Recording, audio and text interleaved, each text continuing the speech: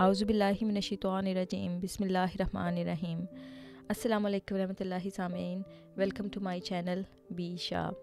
سامعین، آج میں آپ کے سامنے حضرت مسیح علیہ الصلوۃ والسلام کی ایک بہت زبردست تحریر پڑھوں گی، جس سے آپ کو مصائب اور مشکلات کے روحانی نظام کو سمجھنے میں آسانی ہوگی۔ یہ تحریر دلوں کی بے چینی کو دور کرنے والی اور بہت سی نہ سمجھ میں آنے والی گروں کو کھولنے والی ہے۔ حضور علیہ الصلوۃ والسلام فرماتے ہیں کہ خدا تعالیٰ ایک جگہ فرماتا ہے وَلَنَبْلُوَنَّكُمْ بِشَيْءٍ مِّنَ الْخَوْفِ وَالْجُوعِ، یعنی ہم آزماتے رہیں گے، کبھی ڈرا کر، کبھی بھوک سے، کبھی مالوں اور ثمرات وغیرہ کا نقصان کر کے۔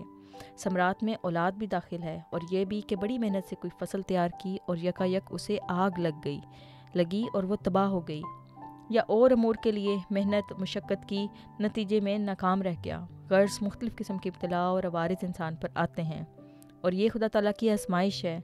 ایسی صورت میں جو لوگ خدا تعالیٰ کی رضا پر راضی اور اس کی تقدیر کے لیے سر تسلیم خم کرتے ہیں، وہ بڑی شرح صدر سے کہتے ہیں انا للہ و انا الیہ راجعون۔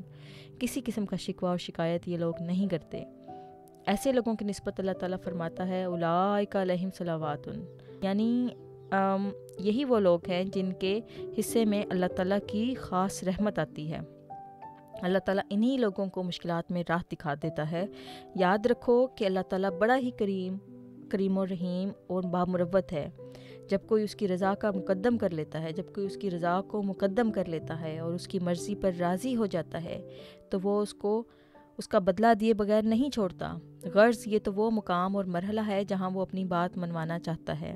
دوسرا مقام اور مرحلہ وہ ہے جو اس نے ادعونی استجب لکم میں فرمایا ہے، یہاں وہ اس کی بات ماننے کا وعدہ فرماتا ہے۔